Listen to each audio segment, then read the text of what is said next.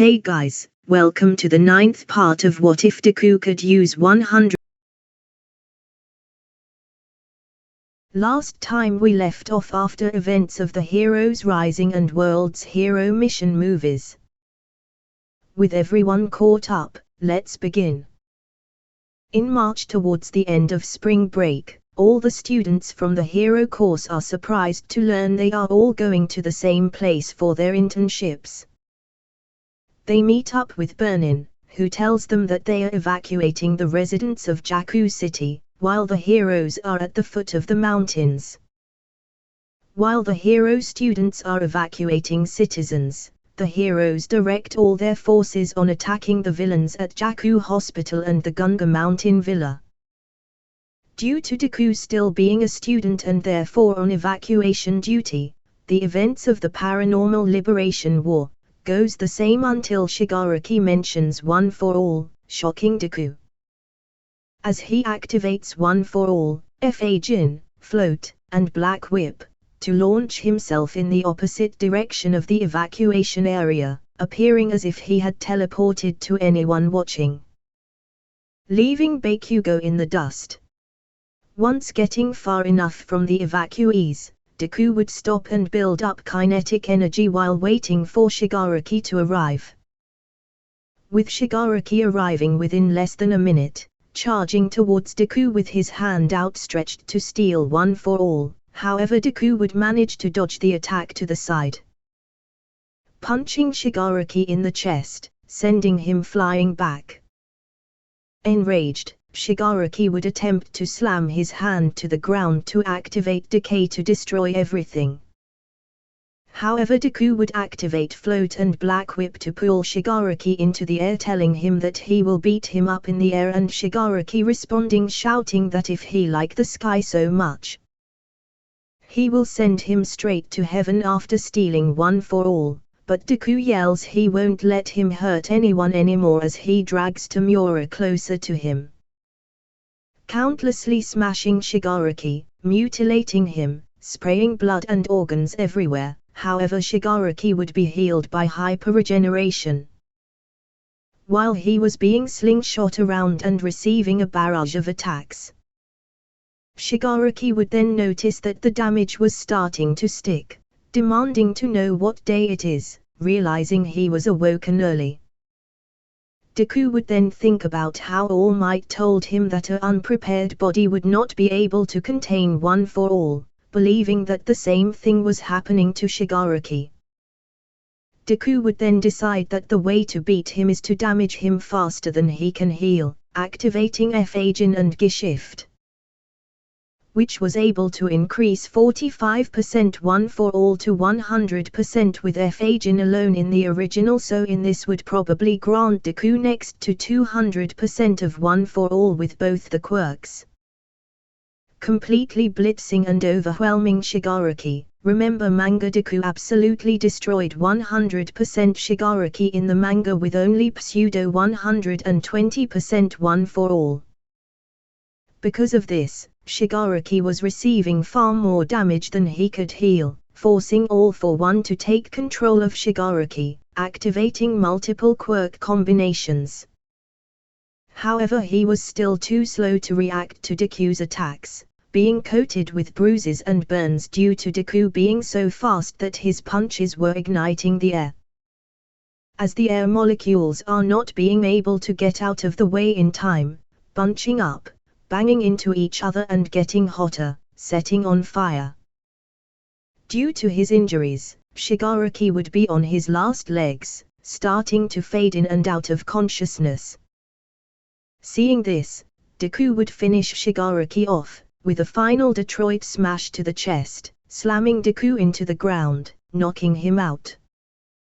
Upon making contact with Shigaraki's body to check his vitals, Deku would be suddenly flung into Shigaraki's mind.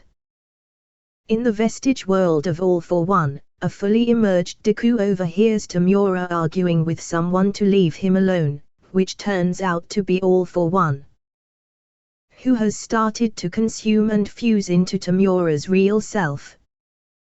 All For One says that had he had not taken control of his body he would have been far more damaged or dead. Tamura tells him to shut up, reminding him it's supposed to be his dream. Deku tries to move forward but Yuki Shigaraki and Nana Shimura would put their hands onto his shoulder, holding him back. Nana then states that she never expected to meet All For One again after her passing, directing Tamura's attention to her, confirming her to be his grandmother.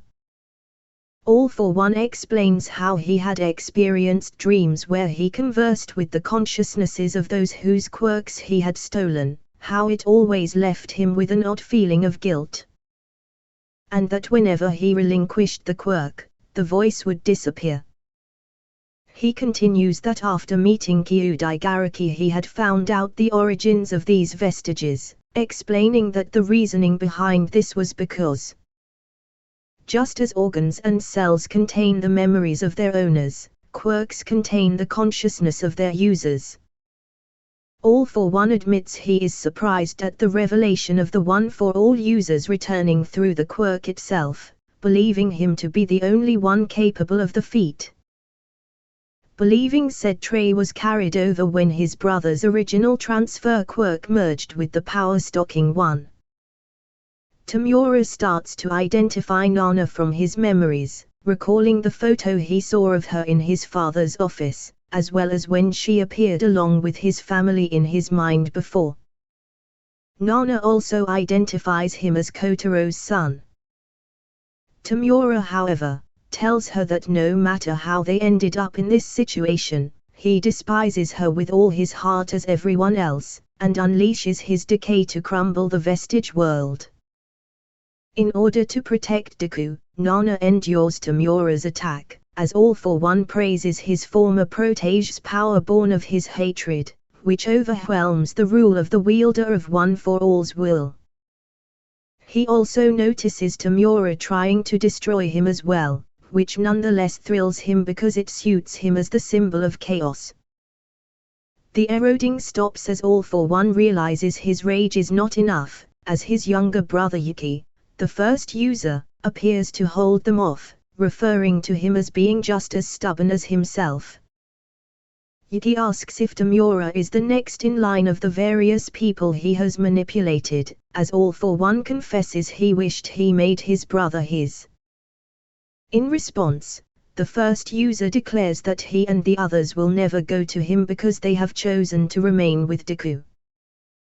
As he starts pushing back, All For One tries combining his power with Tamura to fight back, as well as insulting Deku, claiming the power is wasted on him. Declaring that transferring this power to someone like Deku was a great mistake on his part. The first user denies this, claiming a man who does nothing but manipulate would never understand the driving force behind Deku. The rage he feels is because of others, and he does his best until he can no more. He declares Deku to be a boy possessed by the desire to save others beyond common understanding, and they will follow him because of it. Deku would then charge towards the vestige of All For One and Shigaraki, punching the All For One half in the face, allowing Shigaraki to gain more control of his body. Nearly splitting them into separate bodies, Deku would then continue to punch All For One, with All For One catching the fists, laughing, telling Deku that his will is too weak. Spreading his and Shigaraki's hatred through Deku's arms, corrupting him. However, the past users would stand behind Deku, giving him their strength, allowing Deku to overpower All For One. Punching him rapidly over and over again, separating him from Shigaraki, brutalizing and destroying the All For One vestige and quirk factor, freeing Shigaraki. Seeing this, Shigaraki would be scared and livid, losing his ability to manipulate the quirk All For One. Deku would then walk towards Shigaraki, with Shigaraki expecting Deku to punch him. However, Deku instead embraces him in a hug, saying that he is here. Telling him that he looked like he needed rescuing, telling him that he no longer needs to feel scared or hate the world. The Shigaraki vestige would then revert Tenko, crying, being saved. However, he would still need to pay for his crimes through the justice system. Deku would then bind Shigaraki with Black Whip, launching himself towards the other villains, dropping Shigaraki off with Endeavor, then beating all the no-mu and villains at Gunga Mountain. Knocking out Gigantomare Shia with one punch to the chin after binding him with Black Whip. Deku would then take care of the rest of the League of Villains, with Dabi not even being able to reveal his identity. Having to reveal everything through prison bars after his hair had turned white from lack of hair dye. A few years later, Deku would graduate from UA, becoming the new symbol of peace, with the rest of his class all becoming top-ranking heroes. Deku would also marry Uraraka or whatever nonsensical person you may want him to marry and have a child or two.